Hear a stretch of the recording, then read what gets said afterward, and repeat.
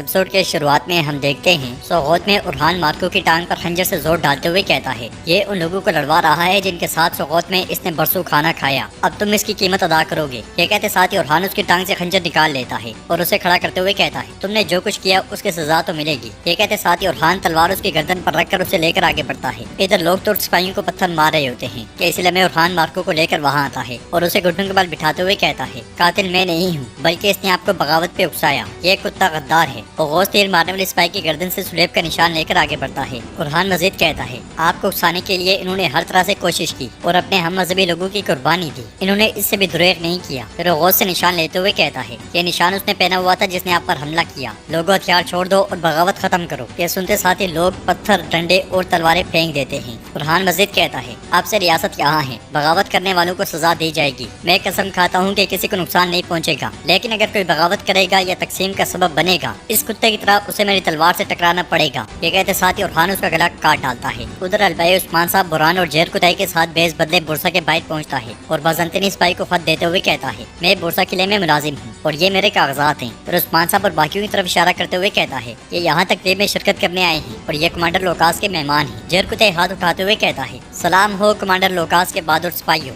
سپاہی البائی سے کہتا ہے ہم ارکادیوس کو خبر دیتے ہیں۔ یہ کہتے ساتھ ہی سپاہی آگے بڑھتا ہے تو البائی گھوڑے سے اترتے ہوئے کہتا ہے لیکن اگر کمانڈر لوکاس کو اس کا معلوم ہوا تو یہ تمہارے لیے اچھا نہیں ہوگا، آپ ان کے مہمانوں کے ساتھ ایسا نہیں کر سکتے۔ جیرکتائی ایک دم سے کہتا ہے نہیں بھائی نہیں، یہ سپاہی تو اپنا فرض ادا کر رہا ہے، یہ مقدس بورسا کی حفاظت کرتا ہے۔ پھر بران اور عثمان صاحب کی جانب دیکھتے ہوئے کہتا ہے ایسا ہی ہے نا؟ جواباً وہ دونوں کہتے ہیں بالکل ایسا ہی ہے، ایسا ہی ہے۔ البائی جیرکتائی کی جانب دیکھتے ہوئے کہتا ہے پیتروس کمانڈر لوکاس کو اس کے بارے میں پتہ نہیں لگنا چاہیے، ہمیں معاف کر دیں۔ جیرکتائی کہتا ہے نہیں نہیں نہیں، اس کے برعکس میں کمانڈر لوکاس کو بتاؤں گا کہ ہم نے اپنے ساتھ لائی ہوئی خاص شراب کے ساتھ کیسے جشن منایا اور یہ کہ ہم نے اس کے سپاہیوں کو کیسے نذرانہ دیا۔ یہ کہتے ساتھ ہی وہ سونے کے سکوں کی ایک تھیلی بازنطینی سپاہی کی جانب پھینک دیتا ہے اور مزید کہتا ہے تم اس کے قابل ہو۔ سونا لیتے ساتھ ہی بازنطینی سپاہی انہیں اندر جانے کی اجازت دے دیتا ہے اور وہ گھوڑوں سے اترنے کے بعد اندر داخل ہو جاتے ہیں۔ عثمان صاحب سپاہیوں سے کہتے ہیں ہر جگہ پھیل جاؤ، کمروں اور سپاہیوں کی تعداد معلوم کرو، ہم آج رات ان پہ حملہ کریں گے۔ وہاں پہ جشن کا سما ہوتا ہے، وہ سب بھی ان میں گل مل جاتے ہیں اور عثمان صاحب لوگوں کے بیچ سے ہی ارکادیوس کو دیکھنے لگ جاتے ہیں اور پھر وہ سب آگے بڑھتے ہوئے اپنی کارروائی شروع کر دیتے ہیں۔ ادھر یعنی شہر تباہی کا منظر پیش کر رہا ہوتا ہے، ہر طرف آگ لگی ہوتی ہے، رومی لوگ ترک سپاہیوں پر حملے کر رہے ہوتے ہیں۔ سپاہی بھی انہیں روکنے کی کوشش کرتے ہیں کہ اس لیے میں علاؤدین سپاہیوں کے ساتھ یعنی شہر میں داخل ہوتا ہے اور یہ منظر دیکھ کر گھوڑے سے اترتے ساتھ ہی تیزی سے آگے بڑھتا ہے۔ پھر کہتا ہے کیا کر رہے ہو تم لوگ، ہوش میں آؤ،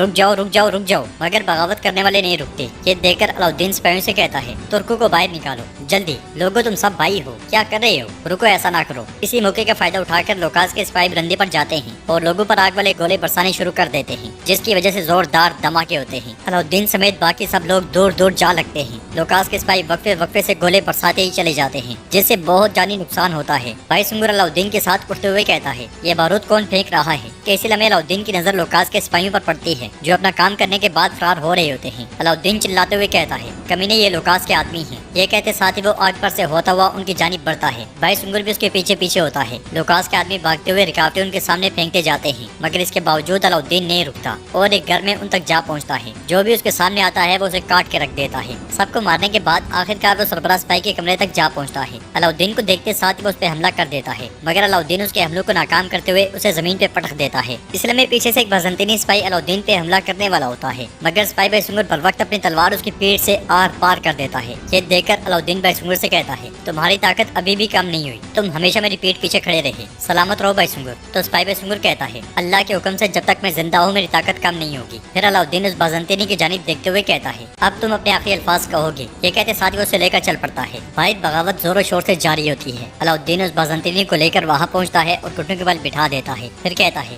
بس بہت ہو گیا، رک جاؤ، یہ کتا ارکادیوس کے آدمیوں میں سے ایک ہے، ان کی نیت ترک اور رومیوں کو آپس میں لڑانا ہے مگر لوگ کہتے ہیں تم جھوٹ بول رہے ہو۔ تو علاؤدین کہتا ہے اچھی طرح سے جان لیں کہ ہم نے راہب کو نہیں مارا۔ پھر اس کے گلے پر تلوار رکھتے ہوئے کہتا ہے بولو تاکہ میں تمہاری جان بخش دوں۔ وہ شخص کہتا ہے ترکوں نے راہب کو نہیں مارا، ہم نے اسے قتل کیا ہے۔ یہ سن کر لوگوں کو بہت غصہ آتا ہے۔ علاؤدین کہتا ہے عثمان صاحب کی سرزمینوں پر آپ کی جان اور مال ہماری امانت ہے، ہر کوئی اپنے دین میں رہن سہن میں آزاد ہے، اب یہ بغاوت ختم کرو اور جاؤ۔ یہ سنتے ساتھ ہی لوگ چل پڑتے ہیں جبکہ علاؤدین اور اس کے ساتھی اس کافر کو لے کر آگے بڑھ جاتے ہیں۔ کائی قبیلے میں بالا خاتون خواتین کے ساتھ کام کروا رہی ہوتی ہیں۔ اسی دوران بیگم خاتون وہاں پہ آتی ہے اور کہتی ہے بالا خاتون اگر آپ کو میری مدد کی ضرورت ہے تو اس پر بالا خاتون کہتی ہے شکریہ بیگم خاتون، اگر مجھے ضرورت ہوگی تو میں آپ کو بلا لوں گی۔ لیکن کاش کہ جن معاملات میں آپ کا کوئی سروکار نہیں ان میں جتنی دلچسپی لے رہی ہیں اتنی ہی دلچسپی قرادین قلعے میں لیتی تو قرادین قلعہ اب بھی آپ کے زیر انتظام ہوتا اور آپ پر ہمارا اعتماد برقرار ہوتا۔ مگر بیگم کہتی ہے مجھے نہیں لگتا کہ میں نے عثمان صاحب کا اعتماد کھو دیا ہے، میں نے قرادین کا خیال رکھا، وہ بذات خود اس کے شاہد ہیں، خصوصاً اس فریضے کے لیے جن خواتین کو میں نے وہاں بھیجا تھا ان کی وجہ سے انہوں نے میری تعریف کی۔ تو بالا خاتون کہتی ہیں وہ خواتین آپ کے قبیلے کی خواتین ہیں،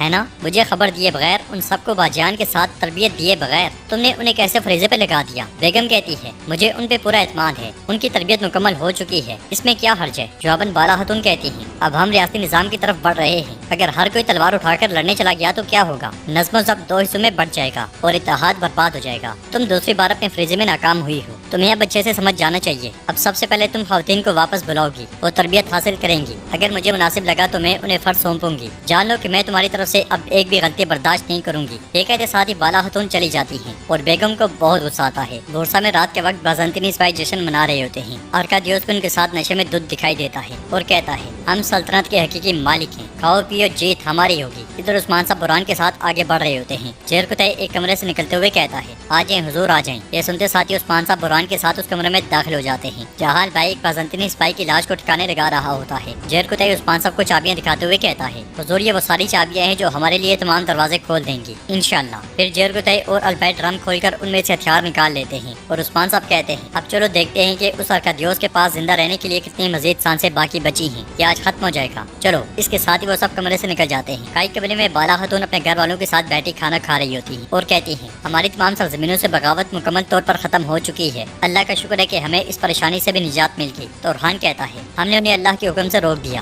رومی عوام کو بھڑکانے والے ان کتوں کو ہم نے ایک ایک کر کے مار ڈالا۔ جواباً علاؤدین کہتا ہے لیکن ترک اور رومی دونوں خاندانوں کو بہت نقصان پہنچا ہے، ہمیں اس کی فوراً مرمت کی ضرورت ہے۔ اس پر بالا خاتون کہتی ہیں سوغوت بازار کی توسیع تمام رہائشیوں کے لیے آمدنی کا ایک بڑا ذریعہ ہوگی، مجھے امید ہے کہ اس سے ہم اپنے شہریوں کے زخم بھر پائیں گے۔ گونجا اولوفیرا کی جانب دیکھتے ہوئے کہتی ہے مگر بغاوت کو دوبارہ ہونے سے روکنے کے لیے سب کو ان کے کیے گئے اعمال کی سزا ضرور ملنی چاہیے۔ کیوں ماں؟ جو جگہیں انہوں نے تباہ کی اور جلایا انہیں ان تمام جگہوں کو ایک ایک کر کے اپنے ہاتھوں سے دوبارہ بنانا چاہیے تاکہ یہ ان کے لیے سبق ہو۔ یہ سن کر سب پریشان ہو جاتے ہیں اور اولوفیرا کہتی ہے گونجا ٹھیک کہہ رہی ہے ماں، جس نے بھی نقصان پہنچایا حتیٰ کہ اس کا قصور کم ہی کیوں نہ ہو اسے سب ٹھیک کرنا چاہیے۔ گھروں کو تباہ کرنے والوں کو سبق سکھانے کے لیے اس کی سزا ضرور ملنی چاہیے ورنہ شہر کی مرمت نہیں ہو سکتی۔ یہ سن کر فاطمہ کہتی ہے واللہ میری دونوں بھابیاں سچ کہہ رہی ہیں، دونوں نے خوب سوچا، مجھے لگتا ہے کہ ہم مل کر اسے بہتر بنا لیں گے۔ تو بالا خاتون کہتی ہیں بالکل ٹھیک کہا، پہلے ہم اس خیمے میں ہمیشہ متحد ہو کر رہیں گے، ہم مل کر اپنے زخموں پر مرہم رکھیں گے، ہم اپنا درد اور اپنی خوشیاں بالکل اسی روٹی کے ٹکڑے کی طرح آپس میں بانٹیں گے تاکہ لوگ بھی آپس میں متحد ہو جائیں۔ ایسا ہی ہے نا بیٹیوں؟ اس پر گونجا اور اولوفیرا ہاں میں سر ہلاتی ہیں اور ناظرین ایپیسوڈ بھی اختتام پذیر ہوتی ہے۔